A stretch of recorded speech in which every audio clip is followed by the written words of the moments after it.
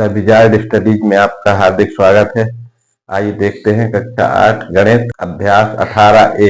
इसमें जो 5वां सवाल था वो उसमें क्या था कि ये जो क्षेत्रफल दिया था यहाँ पर दिया था 240 वर्ग मीटर। तो उसके कारण से जो प्रश्न उसमें उत्तर दिया है तो उत्तर दूसरा आ रहा था, और जो प्रश्न नंबर 5 का उत्तर उसमें दिया ही नहीं है। अब क्या है, प्रश्न नंबर 6 है जो, तो वो 6 अगर इस प्रकार से रहेगा तो उसका उत्तर किताब से मिल जाएगा। एक समलंबाकार क्षेत्र का क्षेत्रफल 270 वर्ग मीटर है और उसकी ऊंचाई 15 मीटर है। यदि समांतर भुजाओं में से एक दूसरी की दोगुनी है तो दोनों समांतर भुजाओं की लंबाई ज्ञात कीजिए। इसमें अपन को समांतर भुजाओं की लंबाई ज्ञात करना है। समलंबाकार क्षेत्र के समांतर भुजाओं की लंबाइयों का मान ज्ञात करना है।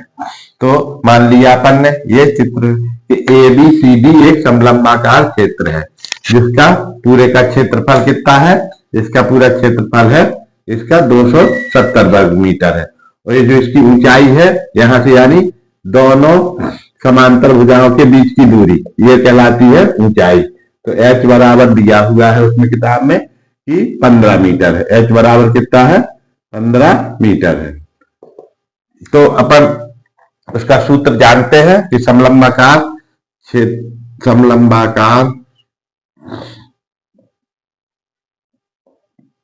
क्षेत्र का क्षेत्रफल बराबर होता है 1/2। अगर एक भुजा की लंबाई A1 है और दूसरी भुजा की लंबाई A2 है तो समांतर भुजाओं का योग, जो समांतर भुजा है उनकी एक समांतर भुजाओं की लंबाई का मान कितना है, A1 है और गुणे h, ये सूत्र होता है। इसी को अपन जब उसमें लिखते हैं भाषा में तो उसको लिख देते हैं, ये नोटेशन में है और वो भाषा में लिखते हैं कि समांतर भुजाओं का योग गुणे ऊंचाई, और ये है संकेतन में या नोटेशन में। तो अपन ने अब ये क्या है, A1 धन A2, ये क्या है समांतर भुजाओं की लंबाई है। समांतर भुजाओं की लंबाइयां है A1 और A2। तो अपन ने क्योंकि प्रश्न में दिया हुआ है कि माना कि A2 बराबर x, इसे लिखा है ना इसमें कि समांतर भुजाओं में से एक दूसरी की दुगनी है। तो मान लिया कि दूसरी भुजा की लंबाई कितनी है, x मीटर है। तो पहले की कितनी हो जाएगी, A1 कितनी हो जाएगी 2x। क्यों, क्योंकि इसमें लिखा है कि यदि समांतर भुजाओं में से एक दूसरे की दुगनी है तो जो पहली वाली है वो दूसरे की दुगनी है। तो इसीलिए अपन ने मान लिया कि ये पहली भुजा है जो 2x है और दूसरी भुजा x है। पहले अपन मानेंगे दूसरी भुजा, जब दूसरी भुजा x है तो फिर उसके बाद निकाल आएगी पहली भुजा की दूसरी भुजा की दोगुनी है, जिससे संबंध दिया हुआ हो तो उसका मानना पड़ता है। दूसरी भुजा की दोगुनी है तो दूसरी को मानेंगे अपन कि माना कि दूसरी भुजा x है, माना कि दूसरी भुजा x मीटर है। तो अब प्रश्न में दिया हुआ है कि एक भुजा जो पहली भुजा है वो दूसरी की दोगुनी है, तो दूसरी है x तो पहली हो जाएगी 2x, इस तरह से है। अब अपन को इसी वाले सूत्र में इसका मान लिख देना है। क्षेत्रफल दिया हुआ है अपन को, बाकी का सब दिया हुआ है। क्षेत्रफल कितना दिया है, क्षेत्रफल दिया हुआ है बराबर 270 वर्ग मीटर। फिर ऊंचाई दी हुई है h बराबर दिया है 15 मीटर, इस तरह से। अब इसी सूत्र में पूरा मान रख लेना है और A1 और A2 के मान निकाल लेना है। तो यहां पे लिख लेते हैं समलंबाकार क्षेत्र का क्षेत्रफल बराबर 1/2 A1 धन A2 और गुणे ऊंचाई। तो यहां मान लग देते हैं। A1 का मान कितना है 2x और A2 का मान कितना है x, तो ये हो जाएगा। गुणे ऊंचाई कितनी है 15 मीटर, वहां लिखी हुई, और क्षेत्रफल दिया हुआ है 270 वर्ग मीटर। तो अब इसके बाद इसको इस तरफ लिख लेते हैं, उसको इस तरफ। 1/2 ये हो जाएगा 3x, 2 और x 3 गुणे 15 बराबर 270। तो अब 3x, केवल x भर को यहीं रखेंगे, बाकी को उस तरफ पक्षांतर कर देंगे। तो x बराबर हो जाएगा 270 गुणे 2, जो अंश में है वो यहां आके हर में चला जाएगा, और जो हर में है वो अंश में आ जाएगा। तो यहाँ पे है, अब ये जो कि दोनों अंश में है इसके बटे 1 इसके, तो यहाँ 3 गुणे 15 ये हर में चला जाएगा। अब इस तरह से मान आ जाएगा। अब इसको अपन काट देंगे, 3 से काटेंगे अगर इसको, तो या इसको उससे काटें, कितने से काटेंगे अपन, 15 से काटें, तो 15 एकम 15, और फिर यहां से इसको काटे, या फिर इसको 3 से काटे, 3 से काट देते, 3 से सरल पड़ेगा, तो 5 से काट देते हैं, 5 की आई 15, और 5 चौको 20, 5 25, 2 बचेगा तो 5 चौको 20, फिर 2 बचेगा तो कितना हो जाएगा कि 5 चौको 20, 5 25, तो 25 हो गया, 2 बचेगा तो 20 हो जाएगा, तो फिर ये कितना हो जाएगा 5 चौको 20, 4 बार चला जाएगा। अब इसको काटते हैं अपन, कैसे काटेंगे, 3 से काटते हैं अगर, तो इसको पूरा ये कट गया। अब अपन काटे 3 से, तो 3 एकम 3, और इसको काटे तो 3 एकम 3, और 2 बचेगा तो 3 8 24। अब ये हो जाएगा कितना 36, ये कितना हो जाएगा 18 गुणे 2 बटे 3, तो बराबर कितना आ जाएगा ये इसका x का मान 18 दूनी 36 बटे 3। फिर इसको काट दिया अपन ने, तो 3 एकम इसके काट देंगे, तो 3 एकम 3 और 3 दूनी 6, तो ये आ जाएगा x बराबर आ जाएगा अपना 12 मीटर। तो x बराबर कितना आ जाएगा 12 मीटर। तो x का मान क्या है, a2 का मान, तो a2 बराबर अपन लिख देंगे a2 बराबर x बराबर 12 मीटर। इसी प्रकार से a1 बराबर 2x बराबर 2 गुणे 12 मीटर, तो बराबर कितना हो जाएगा 24 मीटर। इस तरह से ये इनके दोनों भुजाओं के मान आ जाएंगे। तो उत्तर में लिख देंगे अपन, उत्तर 12 मीटर और 24 मीटर। इस प्रकार से ये दोनों उत्तर आ जाएंगे। तो ये प्रश्न में दिया हुआ है 6वें वाले में, तो इस तरह से ये इसमें अगर 240 रख देते हैं तो इसका उत्तर उससे किताब से मिलान नहीं करता, तो इसलिए इसको 270 रखेंगे, तब ये किताब से मिलान करेगा 6 नंबर पे जो उत्तर दिया हुआ है। अब अपन करेंगे इसका अगली प्रश्नावली अभ्यास 18B का पहला सवाल। आइए देखते हैं अभ्यास 18B पहला प्रश्न। लोहे के पतले तार से समान व्यास वाले 8 छल्ले बनाए जाते हैं। यदि एक छल्ले का व्यास 22.75 सेंटीमीटर हो तो छल्लों को बनाने में कितने मीटर तार लगेगा। इसमें क्या दिया हुआ है कि एक तार है, लोहे का पतला तार है, इस प्रकार से मान लीजिए। अब इसमें से क्या किया गया है, 22.75 सेंटीमीटर व्यास के छल्ले बनाए गए हैं, 8 छल्ले बनाए जाना है। तो इसमें क्या हुआ है कि इस तरह से ये 22.75 सेंटीमीटर का ये इस तरह से छल्ला बनाया गया, एक छल्ला बनाया गया। इसी प्रकार से 8 छल्ले, तो इसका जो व्यास है यहां से यहां तक का ये है 22.75, ये व्यास है। तो अब ये व्यास दिया हुआ है, इसका क्या दिया हुआ है, छल्ले का व्यास दिया हुआ है कि इसकी इस तरह का व्यास, इसे तो ये व्यास ये भी है और व्यास ये भी है, यानी इसको इस तरह से गोलाकार या वृत्ताकार एक छल्ला बनाया गया। इसी प्रकार से 8 छल्ले बनाए गए हैं, तो 8 छल्ले बनाने में कितना तार लगेगा, यानी कि ये यहां से लेके यहां तक का ये एक छल्ला बनाने में तार लगा। इसी प्रकार से 2 3 4 5 6 7 8 छल्ले बनाने में कितना तार लगेगा ये पता करना है। तो क्योंकि ये क्या दिया हुआ है, इसका व्यास दिया हुआ है, तो ये कितनी होगी, एक छल्ले की परिधि, एक छल्ले की परिधि कितनी होगी, तो तो इस प्रकार से 8 छल्लों की परिधि कितनी होगी, जितनी 8 छल्लों की परिधि आ जाएगी उसको अपन जोड़ के पता चल जाएगा कि कितना तार लगेगा। एक छल्ले में कितना तार लगता है पहले ये निकाल देना है, फिर बाद में उसमें 8 छल्ले बनाए जाना है उसी तार से, तो कितना तार लगेगा, तार की लंबाई ज्ञात करना है। तो छल्लों को बनाने में कितने मीटर तार लगेगा, ये प्रश्न है। अब अपन क्या कर लेते हैं, क्योंकि दिया हुआ है उसमें व्यास दिया हुआ है वृत्त का, कितने जो छल्ला बनना है उसका गोल, तो वो कितने व्यास का बनना है या कितनी त्रिज्या का, तो त्रिज्या इसकी आधी होती है और व्यास ये पूरा हो जाएगा। परिधि में परिधि को मिलाने वाला और केंद्र से जाने वाला जो रेखाखंड होता है वो व्यास हो जाता है। तो हम जानते हैं कि अगर परिधि दी हो तो परिधि और व्यास में क्या संबंध है, परिधि और व्यास में क्या संबंध है, यदि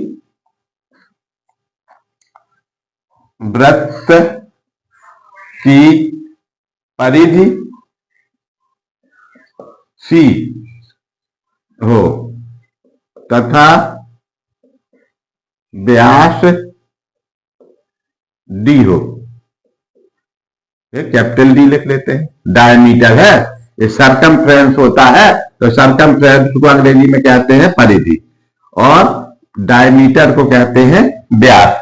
तो इसलिए इसको क्या कर दिया गया है कि इसको C और D, तो ये क्या हो जाता है, C बराबर हो जाता है, परिधि बराबर हो जाता है पाई इंटू डी, परिधि बराबर हो जाता है पाई गुणे व्यास। तो इसमें अगर ये लिखें कि वृत्त की परिधि बराबर, ये सूत्र होता है, सूत्र मान लें, वृत्त की परिधि बराबर, अपन को एक वृत्त की परिधि अगर निकालना है तो परिधि बराबर, पहले सूत्र पता करना पड़ेगा, परिधि वृत्त की परिधि C बराबर पाई गुणे वृत्त का व्यास, वृत्त का व्यास, ये इस तरह से रहेगा। तो एक का निकाल लेंगे, फिर अपन उसमें 8 का गुणा कर लें। तो आप यहां लिखें कि एक वृत्त की परिधि, एक वृत्त की परिधि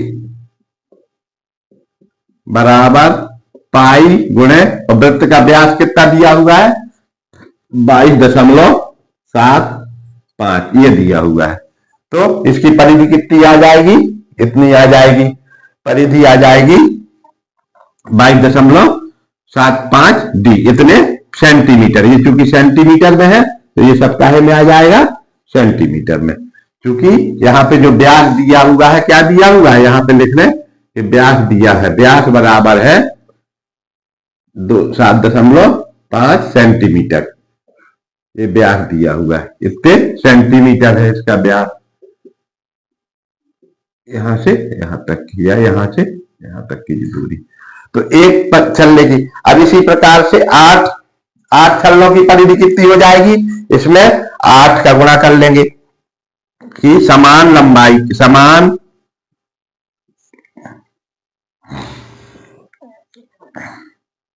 8 समान छल्ले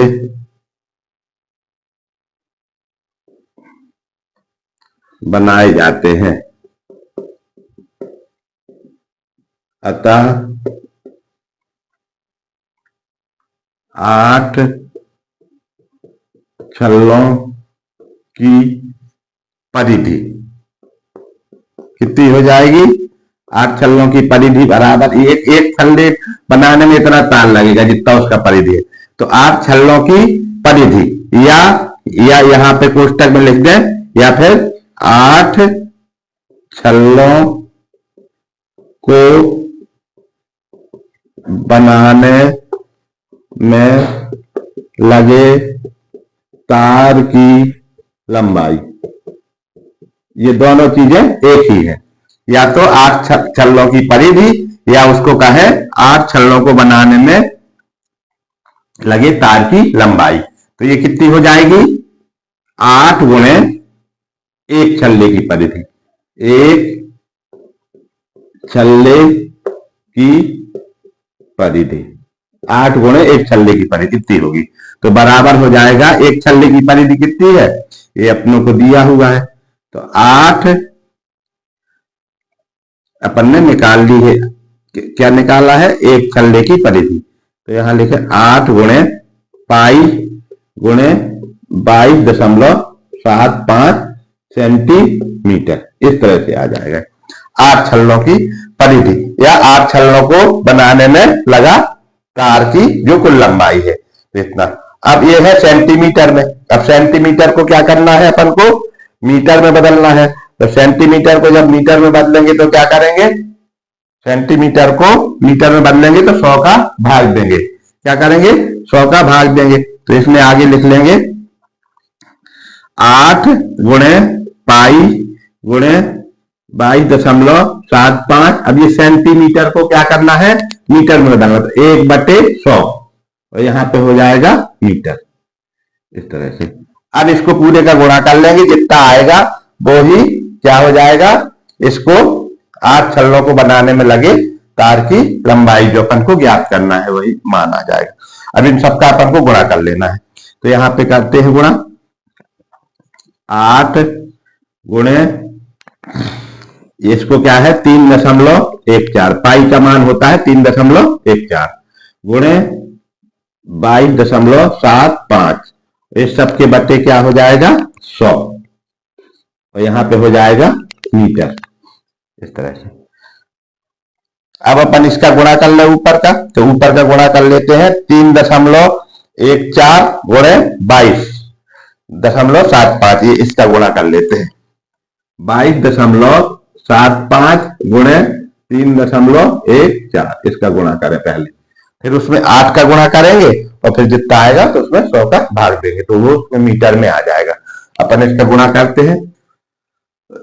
4 पंचे 20, 4 का पहाड़ा 5 बार, 4 पंचे 20, हासिल आएगी 2, 4 सत्ते 28 और 2 30, हासिल आ जाएगी 3, फिर 4 दूनी 8, फिर 9 10 11, 11 की 1, हासिल आएगी फिर 1, तो 4 दूनी 8 और 1 9, इस तरह से।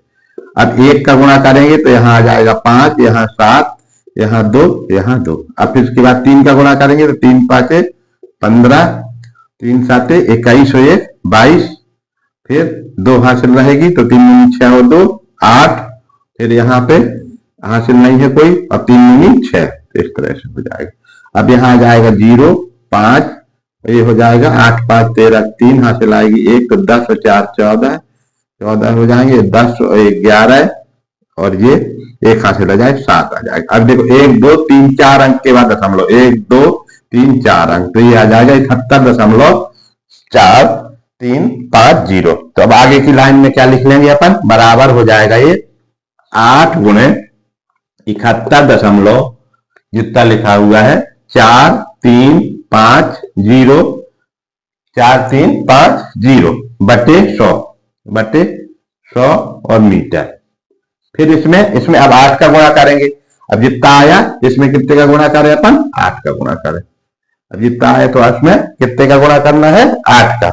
तो 71 उसमें करना है अपन को 8 का गुणा। तो अब 8 का गुणा करते हैं तो 8 0 0, 8 5 40, 40 की शून्य हासिल आ जाएगी 4, 8 दूनी 16, 8 तिहाई 24 और 4 28, 28 की 8 हासिल आ जाएगी फिर से 2, तो फिर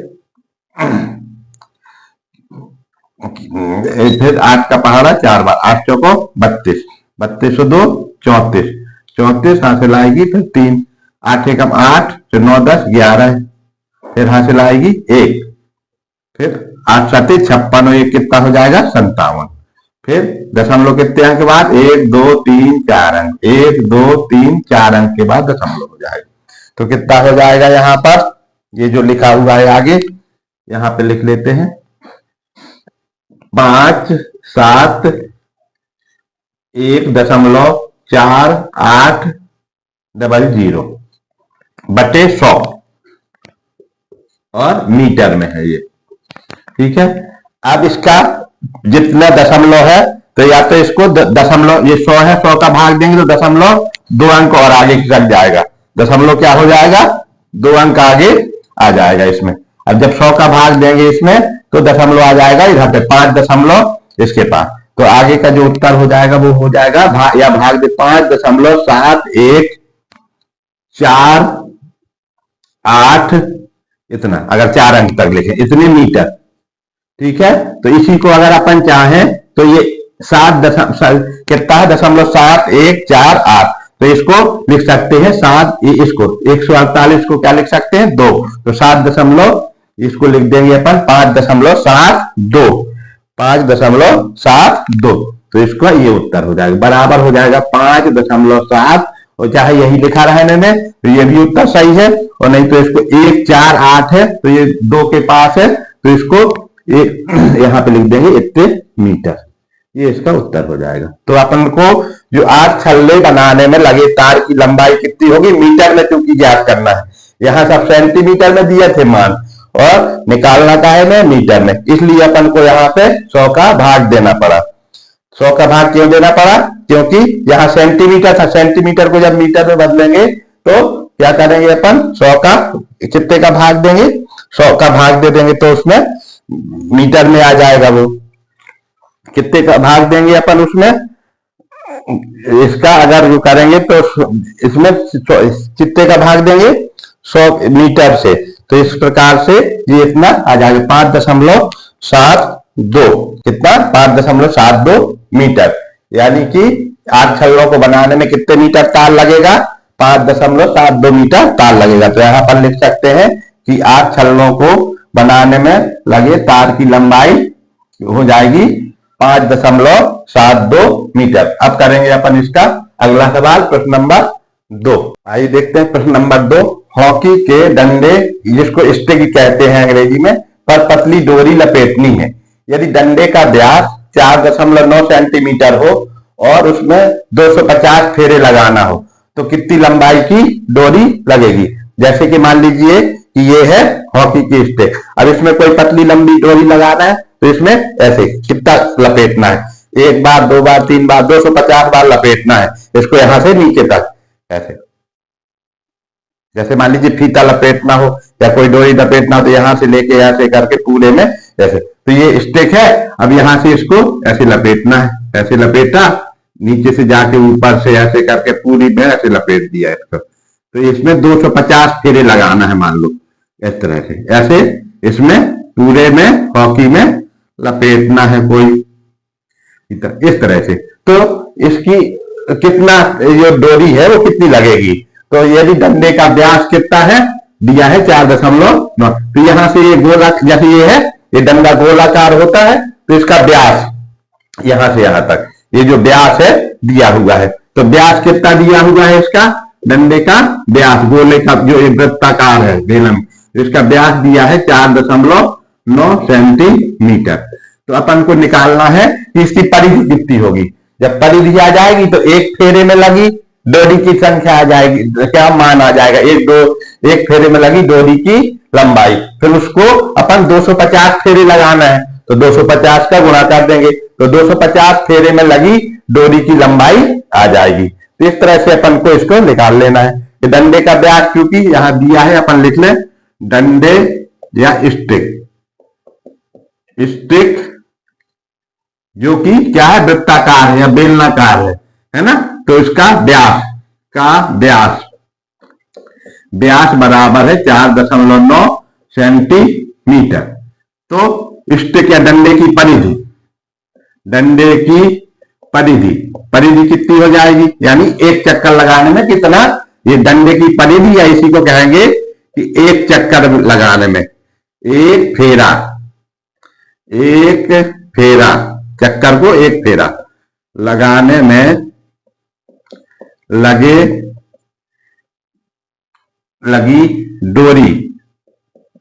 डोरी की लंबाई, ये ही उसकी क्या हो जाएगी परिधि के बराबर हो जाएगा। एक फेरा लगाने में लगी डोरी की लंबाई बराबर हो जाएगी डंडे की परिधि, तो परिधि बराबर होता है पाई इंटू डी, कि अगर डी दिया है व्यास तो पाई इंटू डी, तो पाई गुणे डी मान हो जाएगा 4.9 सेंटीमीटर, ये हो जाएगा एक फेरा लगाने में लगी डोरी की लंबाई। डंडे की परिधि यानी जितना डंडे की परिधि आएगी वही हो जाएगी एक फेरे लगाने में लगी डोरी की लंबाई। तो अपन को लिख लेना है इसी प्रकार क्या हो जाएगा, एक फेरा लगाने में लगी एक फेरा लगाने में लगी डोरी की लंबाई इतनी है, तो 250 फेरा लगाने में 250 फेरा लगाने में लगी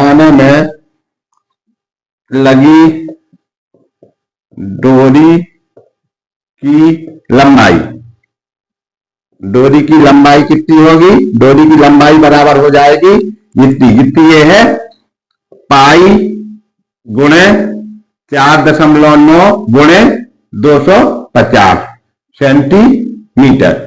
ये क्या में हो जाएगी, सेंटीमीटर में। ये हो जाएगी 250 फेरा लगाने में लगी डोरी की लंबाई, तो इतना आ जाएगी पाई गुणे 4.9 गुणे 250। तो अब इसको अपन क्या करेंगे, निकाल लेंगे इसका मान। तो अब इसको है पाई का मान रख देंगे 22/7, या तो 3.14 होता है पाई का मान, या 22/7 दो होते हैं। या तो यहाँ पे पाई का मान कितना होता है 3.14, या पाई का मान होता है 22/7। ये दोनों मान एक ही होते हैं, दोनों मान क्या होते हैं, एक ही होते हैं। पाई परिधि बटे व्यास, उसका क्या होता है, परिधि व्यास का ये जो पाई होती है ये क्या होता है, मीटर। पाई बराबर होता है परिधि C/D। ये तो अगर कोई भी वृत्त खींच लेते हैं, इसमें क्या संबंध होता है पाई में, अगर जैसे अपन ने वृत्त खींचा है क्या, तो ये जो परिधि की लंबाई है इसमें C, ये क्या है C, और ये क्या है, यहां से अगर इसका केंद्र ये है तो ये कहलाएगा D।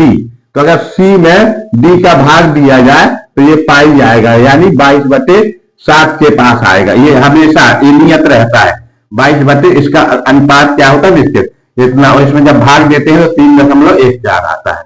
इस तरह से तो पाई का मान आ जाएगा या तो 22/7 या 3.14। तो अपन ने यहाँ पे 22/7 लिख लिया, यहाँ काटने की दृष्टि से ये काटने में आराम रहेगा।